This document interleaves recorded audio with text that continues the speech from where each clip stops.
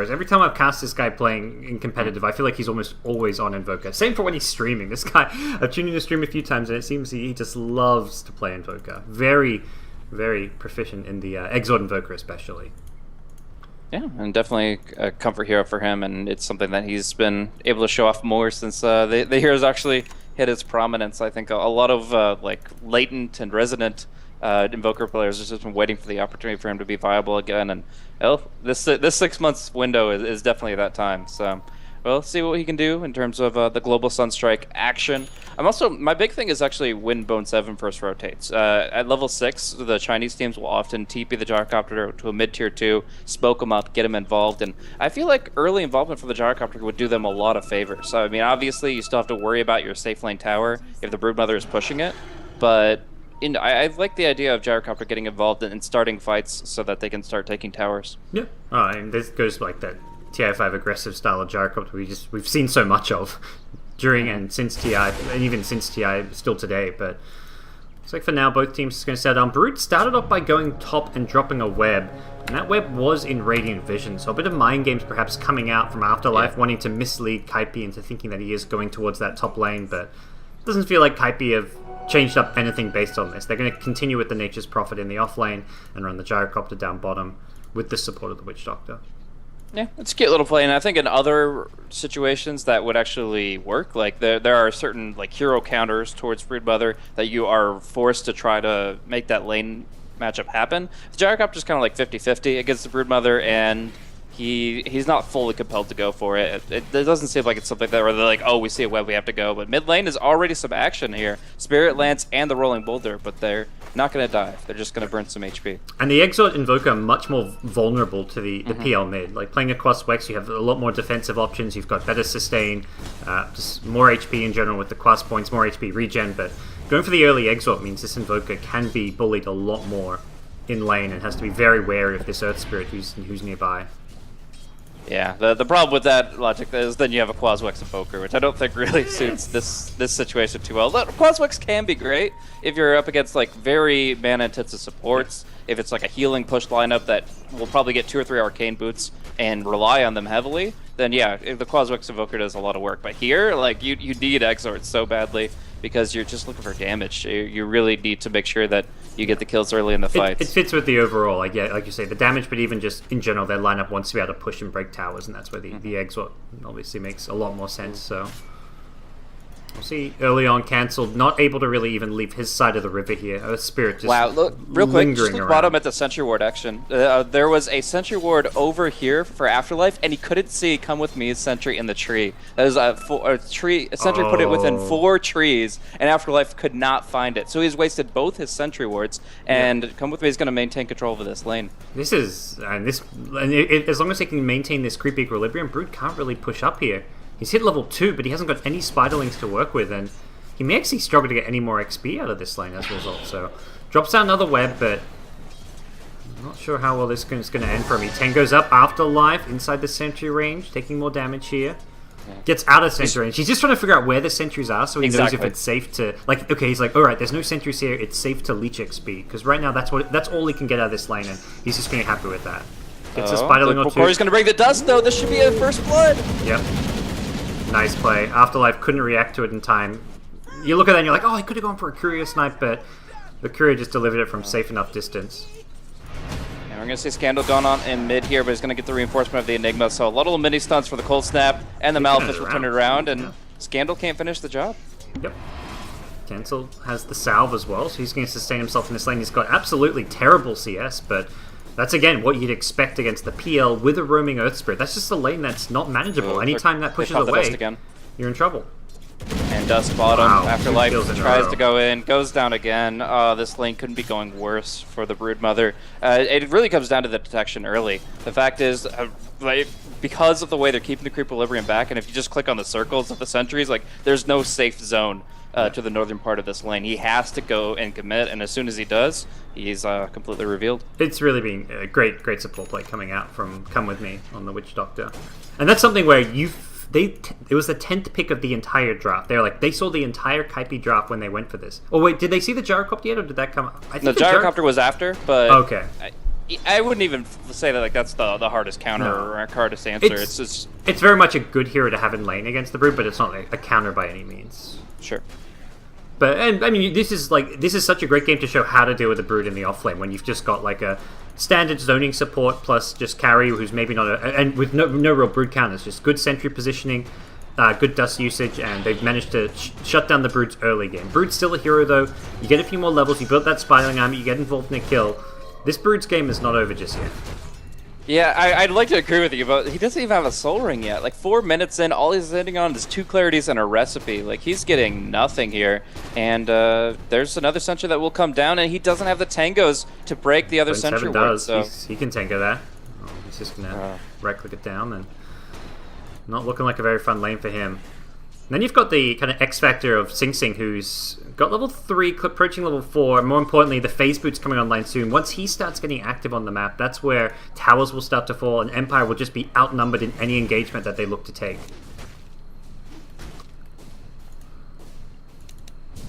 I don't know what the plan's going to be here. Ramsey's on the safe lane Beastmaster, quickly approaching level 6, so probably that level 6 Beastmaster role is just going to be crucial for this Empire team to start making something happen.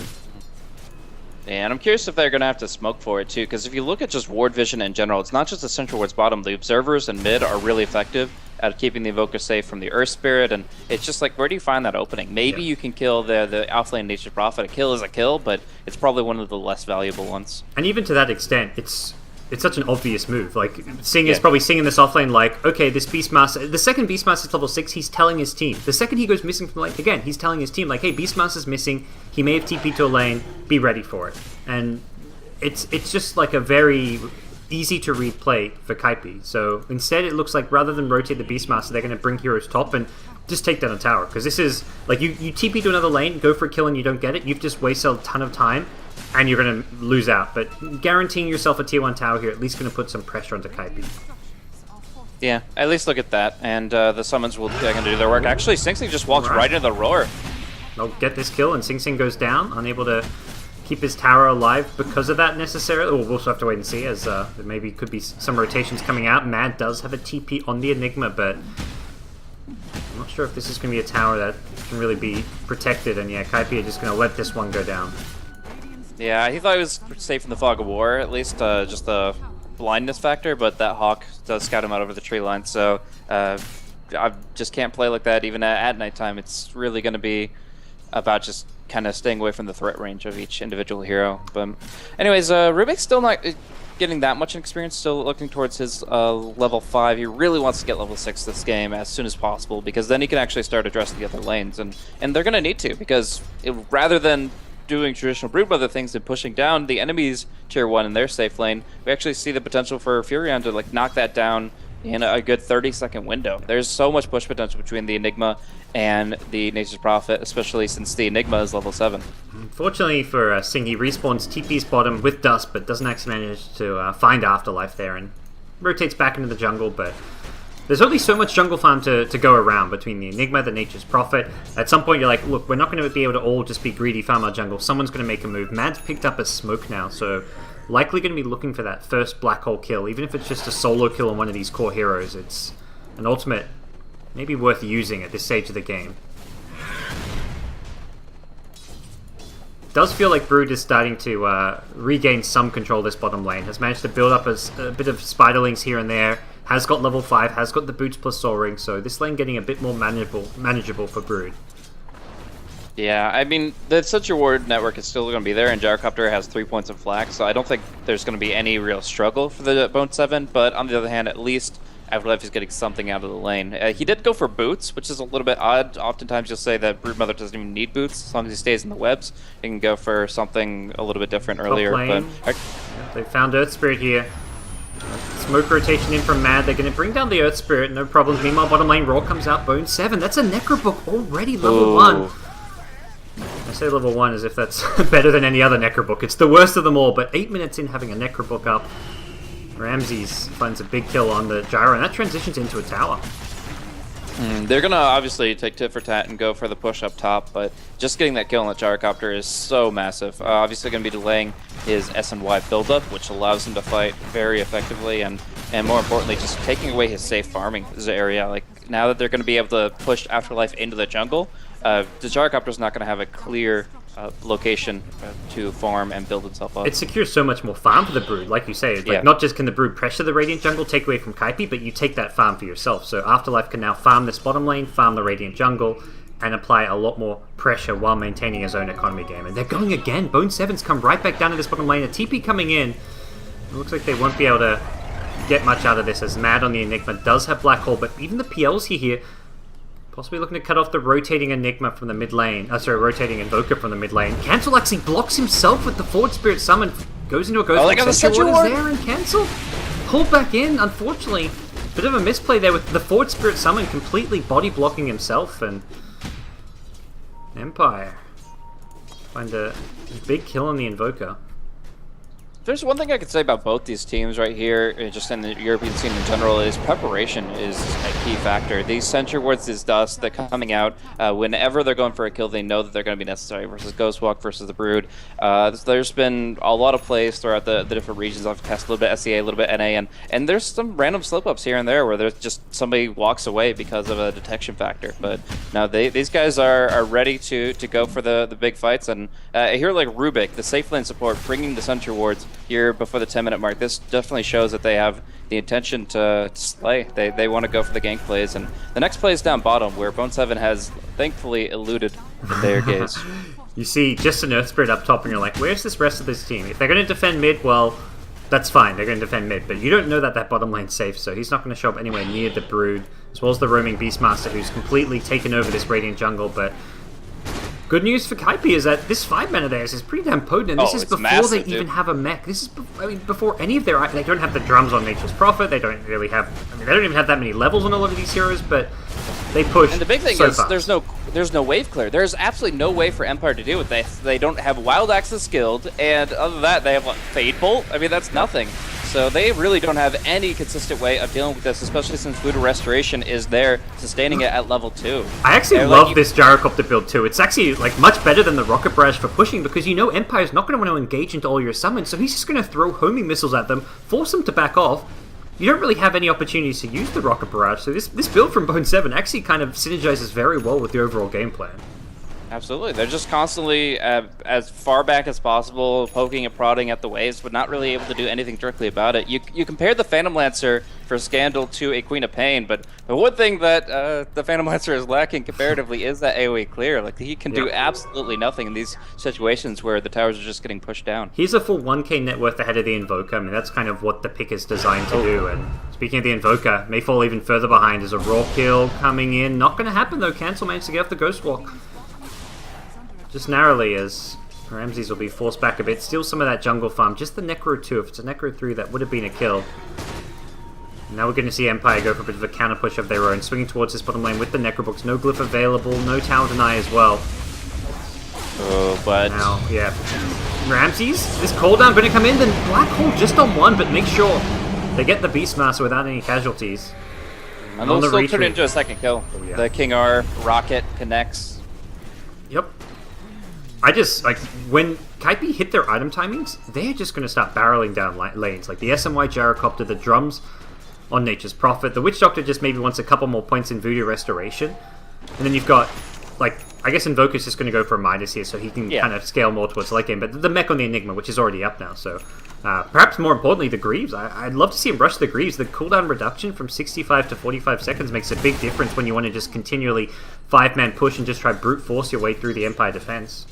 Yeah, I mean, if the Gyrocopter gets a BOT build and is able to respond to the Brood and then jump back to assist his allies, I think that's the best way to do it. Go Dominator, BOT. Oh, he's actually got the phase boost, so it's going to be hard for Bone 7 to kind of bounce back and forth, but at least the Nature's Prophet can. Maybe go Drum into Maelstrom and try to go for that kind of infinite sustained push. But Stun will connect onto the Witch Doctor, so they are going to make a exaggerated rotation down to bottom and at least find the support. Yeah. So Invoker finally getting that Midas. He's a very late Midas. And looking at Cancel, he's only level 8, so definitely, I'm sure for the side of Kaipi, they would have liked a few more levels on this Invoker. I mean, they don't even have the double Forward Spirit yet, and that's actually going to lead into Empire actually taking Roshan for themselves. Kaipi potentially could have contested this if they knew exactly what's going on, but right now Vision a little bit limited for them. They've got a couple nice wards up, but You don't really know for sure what you're walking into, and Empire are just so ready to fight. Necrobook, level 2, about to hit level 3. That Necro 3 timing this early on is really hard to fight into, and that's actually going to be like, anyone getting roared is almost a guaranteed kill at this point. So, just the summoners pushing up top for now. I'm going to be able to obviously put a big dent in this tower, but I also think they're a little bit vulnerable. I mean, this is pushing into an Aegis lineup. It means that Scandal's going to be very aggressive here and not really fearing for his own life, as they can just follow through and get kills in exchange. So it's going to be a pretty big heavy clash, but slowly Kaipi are getting everybody reinforcing this top lane, and the Brood really doesn't want to fight. She's going to keep pushing bottom. Yep. See what the next move is going to be. Beastmaster's still not playing his Necro 3 just yet. I feel like that's going to be a big boost in their just overall damage output as well as utility here. They're going on Mad at the top lane. He's in trouble. He pops the mech, but is it going to be enough damage to bring him down with the Magnetize? You betcha. The Death Ward trying to counterplay onto Scandal. Scandal, he's got the Aegis though, so he's going to be coming back to life soon. This is looking terrible for Kaipi. They've only taken out Nursecript to start things off. King R, what's he stolen? It's a flat cannon on a Rubik. Not the spell you're looking for, but with the Roar on a Bone 7, that's going to lead into a TP out from Sing. Scandal's chasing once Bone 7. He's got SMY. He's very fast with the phase boots. Goes for the TP out and he'll narrowly escape. But at bottom lane, Brood, oh, by the way, has just split pushed a tier 3 tower down. Exactly. They win that fight at top lane without the Brood. That's a full. I mean, you could say 4v5. They did have Aegis, so it obviously wasn't. Yeah, I think the Aegis 4v5. is the big factor there. There's nobody that can actually frontline hard enough on Empire unless you have an Aegis the Immortal. So I think that the Scandal being able to just soak up all that damage was a very key factor to their game plan, because otherwise you have to have like the Earth Spirit up there, and he's just gonna die before he even gets 2 or 3 stones down for the Magnetize. So it was very, very important that they got the PL Aegis and got him involved there, but the fact that they're able to push down 2 towers in the process is just incredible. It's definitely what they needed. He's mad to walk into a Beastmaster, immediately getting a Boar on him as well as the Mana Burn, and he's just going to get solo killed here by Ramses. He didn't even need the Roar, but there is a return kill, and that's not going to end up being the most efficient trade here, sinking the kill and the Necrobook money going the way of mostly, entirely to cancel. So a big gold gain there. You look at like maybe 500 gold out of the Necrobooks with the Hawk and the Boar, as well as the 1-for-1 kill exchange, so that gold change not telling the true story of what just happened. Yeah, and the Midas, of course, from Cancel is still going to allow him to build up. Even though you're pushing as 4 or 5 heroes, you're still actually getting a lot of experience in the Invoker, because the Midas is selfish experience. You're the only one getting it. You're not splitting it with your teammates. So it's not really hurting the Invoker's build up. But, of course, feeding all those kills away still gives Empire that 2k experience lead, and they are building themselves up quickly. But I almost feel like Empire, they have to kind of look at the next stage of the game and wonder, what are they actually going to be able to do with their next set of items? I mean, obviously the Beastmaster has his Necro 3. That's amazing. Maybe goes AC or something next. But like, other than the Veil of Discord coming out in the Earth Spirit, I'm not really seeing any more power spikes for Empire soon. Well, I think that's one of the struggles as far as how the drafts match up. Is this is the Necro 3 timing is meant to be the power spike, but he's hit his big power spike at the time where Kaipi have hit theirs. And I just goes Kaipi's just looks all around stronger. Like when Kaipi group up as 5. With these teamfight items, the mech, the drums, and all the summons and sustain that the Witch Doctor brings to the table, having this one hero, the Beastmaster, doesn't really look like to me like it's going to match up to that. Free pickup on the Come With Me, at least, as they boulder smash him, pop everything. Don't even need to commit the Roar in case there are other heroes to reinforce it. But yeah, I feel like the big thing is that I don't think Empire can rely on Roshan to tip the scales the next time. I mean, the respawn may be coming out in like 5 or 6 minutes, but whether or not that's actually going to be a free pit for them it really depends on Kaipi. If they're able to scout it out with one of their summons, then they should be able to get into that pit and get involved. Yeah. What do you think Afterlife's going? He's picked up a Yash. Is he looking to turn this into something, or just a casual pickup? I mean, I don't really see much reason to go all the way for the SNY or the Manta style. You definitely can. I mean, SNY is not bad if you just want to cruise and stay right on top of somebody. But I would definitely look towards like syncing up Necro 3s. Obviously, Aura items have been very powerful in the past, like Vlad's and AC are something that either the Beastmaster or the Brood need to pick up soon. So I would just keep it as a casual Yasha, but obviously he has the option. Okay. We'll see in due time. PL, meanwhile, he's just completed his defusal, so I guess this is like a pretty small little... It's a decent power spike, at least in what the PL can do in these 5-star engagements. Yeah. He's in really good fighting shape now with the travels as well as defusal. If he can kind of sit around the edge of a fight, just keep throwing a few lances and not take too much damage, he's going to offer a lot to his team. Mm-hmm.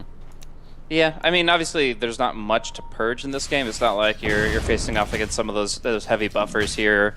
The Alacrity is probably the only actual dispellable component. So you're really just going to be getting some chain slows. If Kaipi start losing a fight, you're going to be able to follow through. You've got Earth Spirit, you've got a very fast Brood, you've got this chase potential with the Diffusal Blade, and now the Blink Dagger. Like, if the Empires start winning a fight, they can keep winning a fight and chase them to the ends of the earth, chase them back to the Radiant base. And that's a real strong point of Empire's lineup. But generally speaking, if Kaipi are positioned right, they shouldn't be losing the engagement in the first place.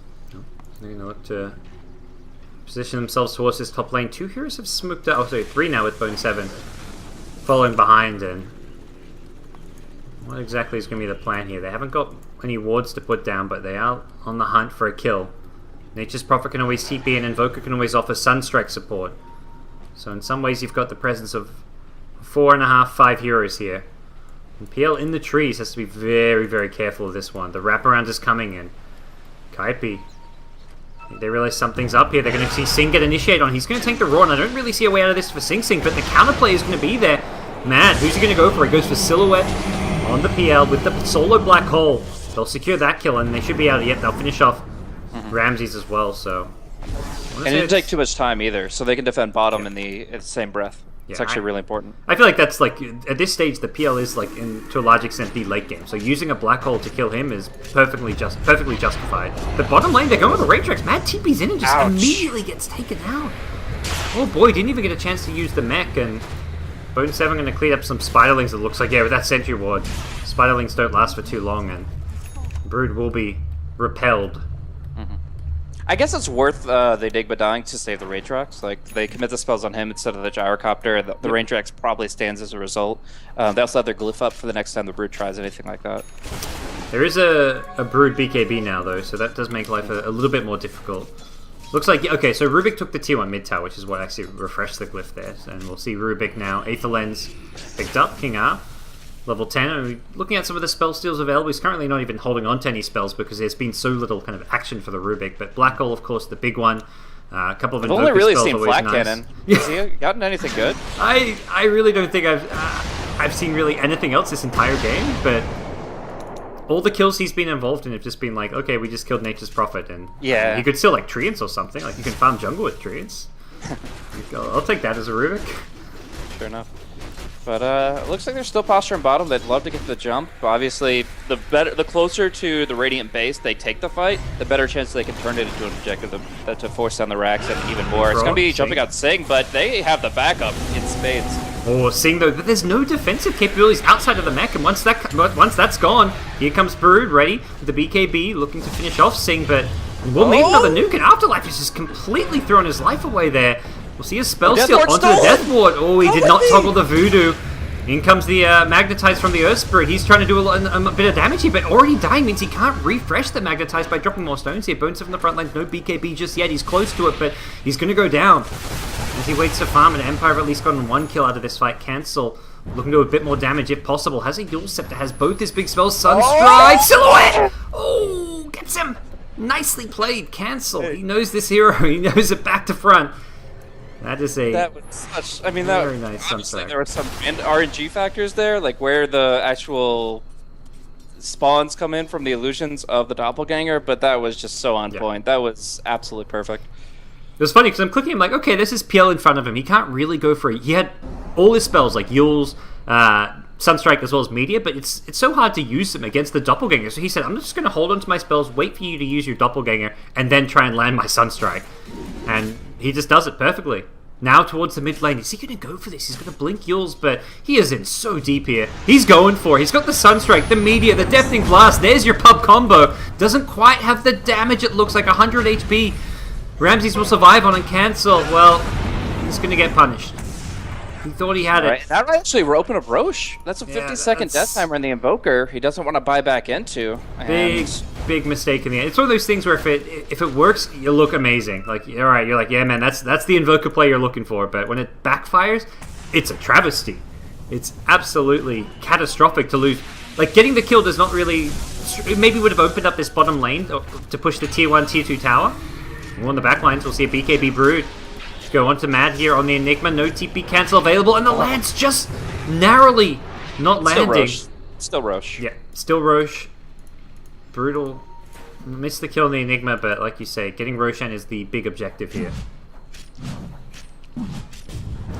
So, would you say this Broodmother's BKB has been effective? I mean, the first one, he ran in, he didn't even get the spawn startling kill before the Death Ward took him down. I don't want to say it's the item choice, I just want to say it's like some of his... the way he's approached the fights, or the way his team as a whole has sometimes approached these fights. Yeah, I'm just worried, like, usually you look at BKB, the first 3 charges are the high impact points. It's going to be going down to 5 seconds very quickly, and then it's like, okay, well, why'd I go BKB in the first place? Yeah. We'll see how he manages moving forward. Ramsey's just going to TP top, defend the tier 2 after getting and securing Roshan for the team. They're actually thinking about going in on this one, Kaipi. They're lurking around this top lane.